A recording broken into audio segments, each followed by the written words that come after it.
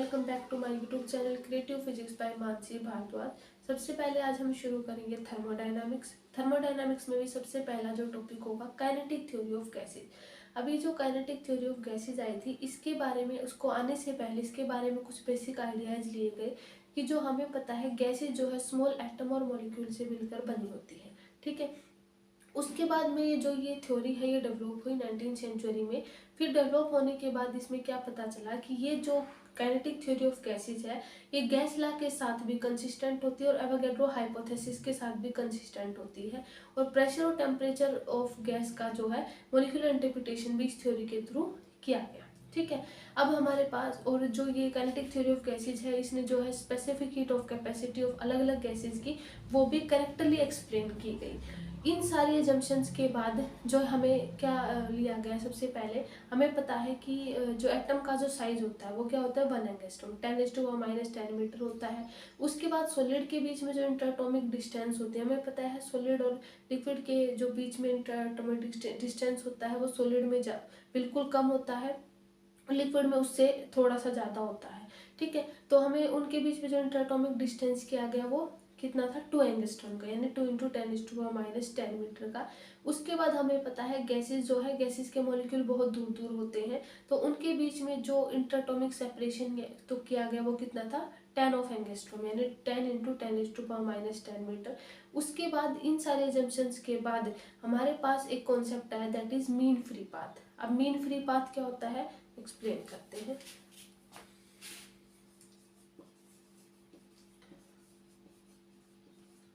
Mean free path.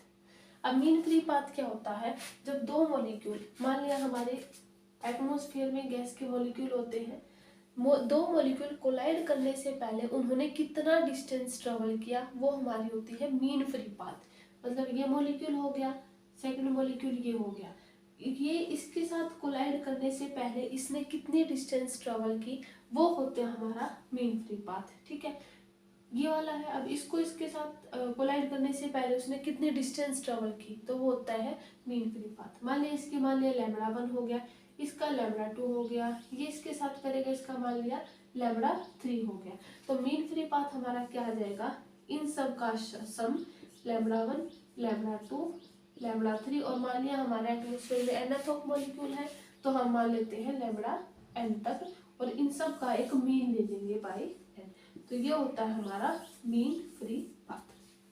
ठीक है, ये आ गया था मीन फ्री पाथ। जो मीन फ्री पाथ है ये जो काइनेटिक थ्योरी ऑफ गैसेस के थ्रू ही एक्सप्लेन किया गया था, क्योंकि इसी में हम मान के चले थे काइनेटिक थ्योरी ऑफ गैसेस में ही कि हमारे एटमॉस्फेयर के पास नंबर ऑफ मॉलिक्यूल होते हैं और मॉलिक्यूल जो होते हैं वो दूर दूर होते हैं। ठीक है, उनके बीच में हमने इंटरएटॉमिक सेपरेशन माना, ये इसके साथ कोलाइड करने से पहले इसने कितनी डिस्टेंस ट्रेवल की वो मीन फ्री पाथ हो गया। फिर इन सारे nth मॉलिक्यूल के मीन फ्री पाथ को सम करके उसके जो nth ऑफ मॉलिक्यूल है उससे डिवाइड कर दिया, तो ऐसे हम मीन निकालते हैं ना, तो ये आ गई हमारी मीन फ्री पाथ। ठीक है, ये सारे अजम्पशंस के बाद, इन सब का होने के बाद सबसे पहले फिर आया 1661 में बॉयल्स लॉ। ठीक है, बॉयल्स लॉ, ये जो बॉयल्स लॉ थे, बॉयल्स ने अपना जो लॉ है 1661 में ये पहले ही दे दिया था। जो काइनेटिक थ्योरी ऑफ गैसेज है, जो अलग अलग पोस्टुलेट आए हैं इसके बाद में आए हैं। ठीक है, तो सबसे ये जो बॉयल्स लॉ है ये इसमें जो काइनेटिक थ्योरी ऑफ गैसेज का कॉन्सेप्ट हमने पहले क्यों किया है, क्योंकि इसमें मीन फ्री पाथ कॉन्सेप्ट आ रहा था। तो मीन फ्री पाथ, और हमें पता है बॉयल्स लॉ इससे पहले ही हो चुके थे, तो बॉयल्स लॉ को हम करेंगे अब। तो सबसे पहले हमारा आता है बॉयल्स लॉ, बॉयल्स लॉ को एक्सप्लेन करेंगे। तो अब हम एक्सप्लेन करते हैं बॉयल्स लॉ। अब इस बॉयल्स लॉ में क्या बताया गया है, सबसे पहले हम नेसेसरी कंडीशन क्या लेंगे, एट ए कांस्टेंट टेम्परेचर, मतलब एक कांस्टेंट टेम्परेचर पे pressure of a fixed amount of gas, मतलब मॉलिक्यूल के अंदर जो गैस है वो फिक्स्ड अमाउंट की होनी चाहिए, मतलब हम मान लेते हैं उसके अंदर m नंबर ऑफ मॉलिक्यूल होंगे। ठीक है, varies inversely with its volume, यानी उनका जो प्रेशर होगा वो वॉल्यूम के साथ इनवर्सली प्रोपोर्शनल रिलेशन में होगा। मतलब P, जब हमारे गैस की, मतलब कोई भी कंटेनर है उसमें मान लिया हम गैस ले रहे हैं, इस बॉयल्स लॉ ने क्या, इस जो बॉयल्स लॉ इसमें क्या एक्सप्लेन किया गया कि मान लिया कोई कंटेनर है, उसके अंदर वॉल्यूम, वो कंटेनर की वॉल्यूम V है। ठीक है, तो जैसे ही हम उस वॉल्यूम का प्रेशर क्या करेंगे, वॉल्यूम अगर जैसे हम वॉल्यूम को कम करेंगे तो उसमें क्या करेगा, प्रेशर इंक्रीज करेगा। ठीक है। तो इस गैस लॉ के थ्रू, इस जो ये बोयल्स लॉ था इसके थ्रू ये एक्सप्लेन किया गया। अब इसी के बेस पे हमारे ग्राफ आते हैं रियल और आइडियल गैसेस के। जो देखो सबसे पहले क्या एक्सप्लेन करते हैं, क्या ये प्रेशर और वॉल्यूम के बीच में ग्राफ आ गया। देखो इसमें ये ग्राफ लिए गए थे। सबसे पहले मान लिया ये हमारा एक्सपेरिमेंटल ग्राफ था, ठीक है। ये जो ये सेकंड वाला ग्राफ था ये हमारा लॉ के थ्रू था। ये मान लिया एक्सपेरिमेंटल है, एक्सपेरिमेंटल, और ये आया था हमारा लॉ के थ्रू, ठीक है। ये हम मान लेते हैं रियल गैसेस और ये मान लेते हैं आइडियल गैसेस, ठीक है। अब और शुरू में हम मान लेते हैं कि टेम्परेचर T1 पे है, तो टेम्परेचर T1 पे है। अब देखो इस लॉ के थ्रू क्या एक्सप्लेन किया गया, एट ए टेम्परेचर T1 पे जो हमारी एक्सपेरिमेंटल लाइन है और जो लॉ के थ्रू जो लाइन है वो नियरली क्लोज आ रही थी। इनके बीच में बहुत ही कम डिस्टेंस था। नियरली रियल गैसेज है वो आइडियल गैसेज की तरह बिहेव कर रही थी एट ए टेम्परेचर T1 पे। लेकिन जैसे ही टेम्परेचर को डिक्रीज किया गया, मान लिया सेकंड टेम्परेचर ये वाला और ये कुछ ऐसे, मान लीजिए ये हमारा हो गया एक्सपेरिमेंटल और ये वाला हो गया हमारा ऑब्जर्व जो हमने लॉ के थ्रू किया है, ठीक है। ये एक्सपेरिमेंटल हो गया, ये ऑब्जर्व हो गया। उसके बाद फिर T2 पे देखा गया। T2 पे क्या देखा गया कि ये जो लाइन है रियल गैसेस की और आइडियल गैसेस के दूर दूर हो रही थी, यानी रियल गैसेज है वो आइडियल गैसेस की तरह बिहेव नहीं कर रही थी। सीन भी कब हो रहा था, एट ए टेम्परेचर T1 पे। T2 पे जो लाइन है दूर होती जा रही थी। उसके बाद अगर आप T2 T3 करेंगे यानी टेम्परेचर को और भी डिक्रीज करेंगे तो जो रियल गैसेज है वो आइडियल गैसेज की तरह बिहेव नहीं करेंगी। टेम्परेचर T2 पे ही अलग अलग हो गई थी, T2 T3 पे और भी कम हो जाएंगी। तो पहला यहाँ से क्या आता है कि एट ए हाई टेम्परेचर, इसमें हम लिखेंगे at high temperature real gases जो है वो behaves, real gases behaves as ideal gas, ठीक है।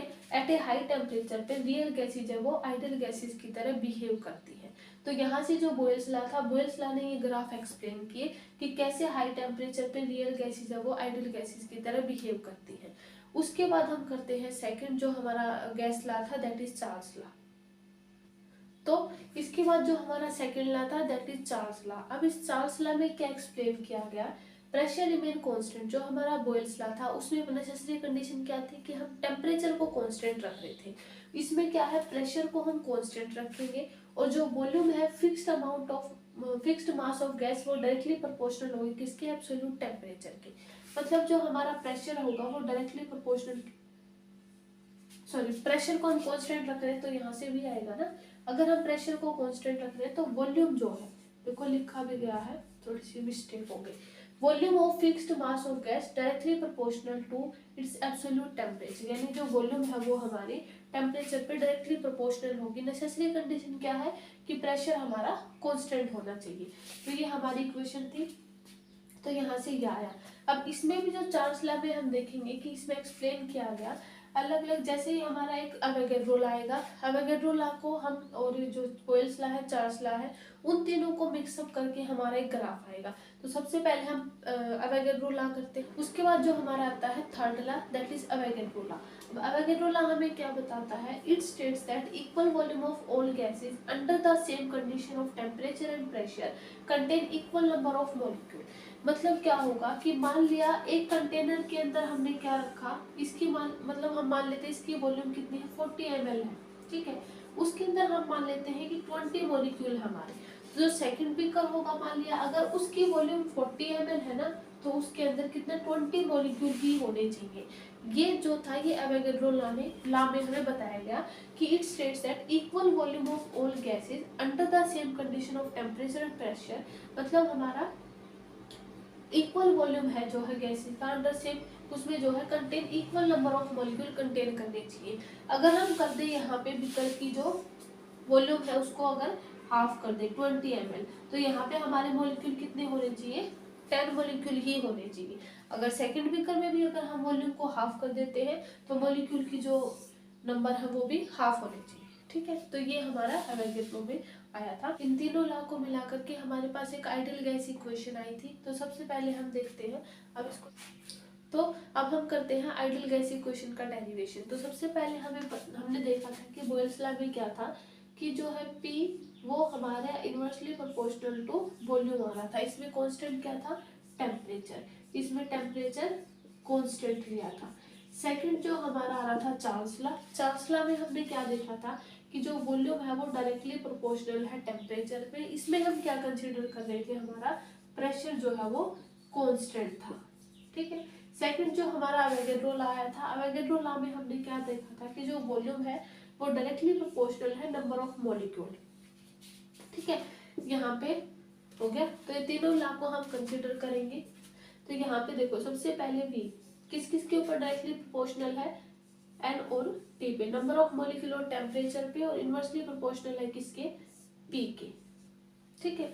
तो यहाँ से PV directly proportional to NT, तो PV is equal to NT, और यहाँ पे कांस्टेंट ऑफ प्रोपोर्शनलिटी का साइन हटा के हम लिख देते हैं R। R हमारा क्या है, रिडबर्ग कांस्टेंट या गैस कांस्टेंट मान सकते हैं। तो PV is equal to NRT।